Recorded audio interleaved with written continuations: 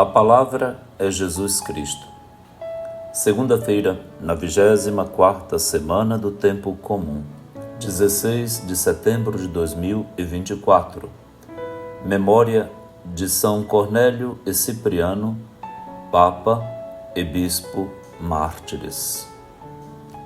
Hoje celebramos Cornélio e Cipriano, os quais, vivendo no século III, foram martirizados na defesa da fé e da unidade da Igreja. Cornélio, Papa de 251 a 253, posicionou-se com misericórdia em favor dos que fraquejaram na fé em meio às perseguições.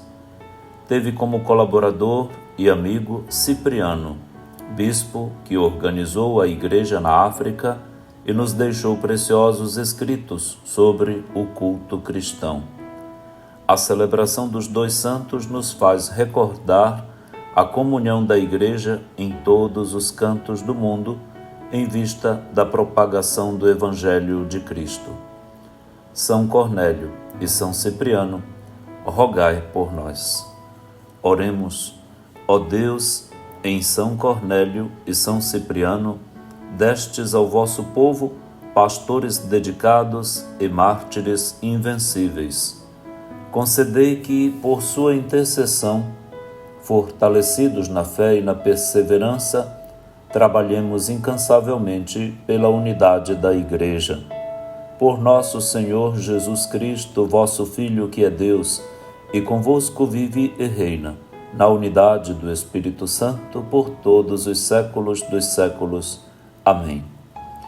A liturgia da palavra de hoje tem na primeira leitura o texto da primeira carta de São Paulo aos Coríntios, no capítulo 11, versículos 17 a 26 e o versículo 33. O salmo responsorial será o Salmo 39, que entre 4 estrofes tem intercalado o refrão: Irmãos, anunciai a morte do Senhor até que ele venha. E o Evangelho é de Lucas, no capítulo 7, versículos de 1 a 10. Paulo não elogia os cristãos de Corinto que se encontram em assembleia celebrativa nas casas para celebrarem a Eucaristia. No começo não havia as igrejas que temos, os altares. Tudo era feito em casa, nas mesas. Tratava-se de uma refeição comum, normal, e ali era celebrada a memória do Senhor Jesus, conforme a tradição recebida dos apóstolos, que o próprio Paulo faz questão de recordar, dizendo que o que recebeu transmite agora aos coríntios, que o Senhor mandou celebrar a sua memória nestes encontros da comunidade, oferecendo o pão e o vinho como o seu corpo e o seu sangue no memorial eucarístico. Ocorre que havia divisões, intrigas, rixas e até imposturas dentro destas reuniões celebrativas. Havia aqueles que comiam e se embriagavam em abundância, ao passo que outros sequer participavam da comida, passavam fome. Havia os preferidos e os preteridos dentro destes encontros, de forma que isso causava muito escândalo, sobretudo aos mais pobres, que pouca vez tinham dentro destas assembleias celebrativas. É nisso que Paulo, quase que enfurecido, briga com os coríntios, pela falta de educação básica, pela incompostura e também pela falta da noção catequética teológica, ou seja, o significado que aquelas assembleias tinham naquela ocasião. Eram os albores da celebração litúrgica eucarística que pouco a pouco vai se confazendo dentro das comunidades cristãs, inclusive os padres apostólicos, Hipólito de Roma, o próprio Cipriano de Cartago, que celebramos hoje, e todos os demais santos padres da Igreja dos séculos I ao III organizaram para legar para as futuras gerações, inclusive a nossa, a herdade litúrgica que a Igreja possui na sua beleza, atualmente sempre renovada e readequada, conservando a memória do Senhor. Como vão nossas celebrações?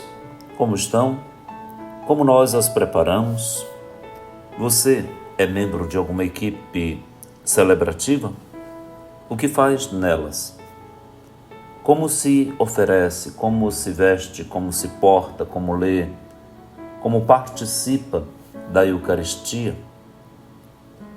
Hoje precisamos voltar às origens, ao Senhor Jesus, evitando que nossas celebrações se tornem teatrais, espetáculos ou exibições, quem sabe de trejeitos, de roupas, de extravagâncias, de elegâncias, de modismos, até mesmo de atitudes psicodélicas, de todos, inclusive dos ministros ordenados, que servem mais para a chincalhe da Igreja Católica nos memes publicados nas mídias, nas redes sociais, do que para celebrar a memória da Páscoa de nosso Senhor Jesus Cristo. O Missal Novo e a sua instrução geral ao Missal Romano nos abalizam bem e criam uma unidade, aquela unidade pela qual trabalhou o próprio São Cipriano de Cartago, mártir que celebramos hoje, prepara para nós uma comunhão em torno daquilo que não se altera, a memória do sacrifício eucarístico de Cristo Jesus, da sua ceia pascal. Tenhamos respeito pela liturgia, veneração por tudo o que é sagrado e mistérios que celebramos nela. E assim, nossas celebrações vão manifestar aquilo que contém e que celebram Jesus Cristo e não a nós mesmos. No Evangelho, Nosso Senhor encontra num oficial romano uma fé admirável. Não se encontrando em condições e em dignidade, pede a uns anciãos dos judeus que vão a Jesus pedir a ele que cure seu empregado. A sua sensibilidade humana já é notória, mas muito maior a admiração de Jesus é quando, estando já perto da casa, este oficial manda uma embaixada dizer a Jesus que não se preocupe, bastaria uma palavra sua e o seu empregado ficaria curado, porque ele também, apesar de estar debaixo de ordens, tem quem obedeça às suas. E, portanto, a doença obedeceria à voz, à palavra de Jesus, que é palavra de Deus. No Evangelho de Lucas não, mas no Evangelho de Mateus tem a expressão maravilhosa, condescendente de Jesus: vai e seja feito conforme tu acreditaste. E o servo do oficial romano, que havia construído a sinagoga em Cafarnaum, ficou curado. É assim então que hoje precisamos de manifestar a nossa fé, uma fé gratuita, total, que tudo espera do Senhor. Que nosso Senhor dê para nós o dom que foi dado a este pagão, oficial romano, doutor e professor na fé para Israel e para a vida cristã também. Uma feliz segunda-feira a todos.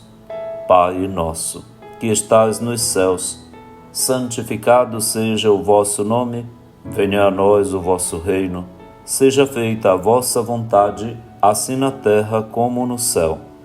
O pão nosso de cada dia nos dai hoje, perdoai-nos as nossas ofensas, assim como nós perdoamos a quem nos tem ofendido.